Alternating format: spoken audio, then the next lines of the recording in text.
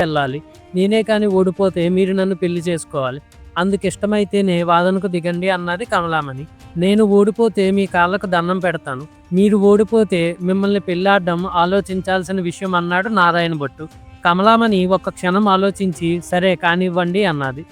చాలాసేపు వాళ్ళిద్దరికీ అనేక విషయాల మీద చర్చ జరిగింది. ఇద్దరూ సమానమైన తెలివిగలవారు. ఒకరి ప్రశ్నలకు ఒకరు సరిగ్గా సమాధానాలు చెప్పారు. నారాయణ భట్టు మాత్రం చివరికి తాను ఒక ఆడదానికి ఓడిపోతానేమోనని భయపడుతూ వచ్చాడు. అతను వేసిన ఎంతో కష్టమైన ప్రశ్నలకు కూడా కమలామణి సులభంగా సమాధానాలు చెప్పేస్తుంది. కొంతసేపు గడిచాక నారాయణ భట్టు కమలామణిని మీరు ఎవరి దగ్గర చదువుకున్నారు అని అడిగాడు. అన్ని విద్యలు మా నాన్నగారి దగ్గరే నేర్చుకున్నాను అని ఆమె సమాధానం చెప్పింది. మీ వయస్సు ఎంత అని నారాయణ భట్టు మళ్ళీ అడిగాడు. 22 ఏళ్ళు అని కమలామణి సమాధానం చెప్పింది. మీరు ఈ విధంగా తెర కట్టుకొని మనుషులకు కనిపించకుండా ఉండడానికి కారణం అని నారాయణ భట్టు అడిగాడు. అది నా నియమం అన్నది కమలామణి. నారాయణ భట్టు కొంతసేపు ఆలోచించి తాటాకు మీద ఏదో శ్లోకం రాసి దాన్ని తెర వెనక్కి విసిరివేస్తూ దీనికి అర్థం చెప్పండి అన్నాడు. కమలామణి వెక్కి వెక్కి ఏడుస్తూ నేను ఓడిపోయాను, నన్ను పెళ్లి చేసుకోండి అన్నది. నారాయణ భట్టు కూర్చున్న స్థలం నుంచి లేస్తూ అది అస్సలు కుదరదు అంటూ వెళ్ళిపోయాడు.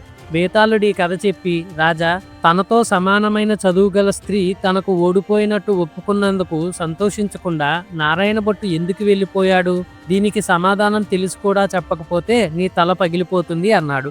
దానికి విక్రమార్కుడు నారాయణ భట్టు కమలామణి రహస్యాన్ని తెలుసుకున్నాడు కానీ ఆమెను ఓడించలేదు. స్పష్టంగా ఆమె గుడ్డిది.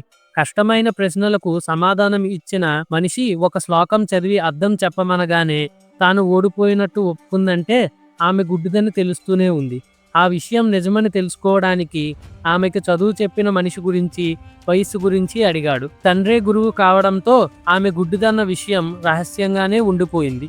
ఎంత పండితురాలైనప్పటికీ గుడ్డిదాన్ని చేసుకోవడం ఇష్టం లేక కానీ, తాను ఆమెను నిజంగా చర్చిలో గెలిచినట్టు నమ్మకం లేక కానీ నారాయణ భట్టు వెళ్ళిపోయి ఉంటాడు అన్నాడు.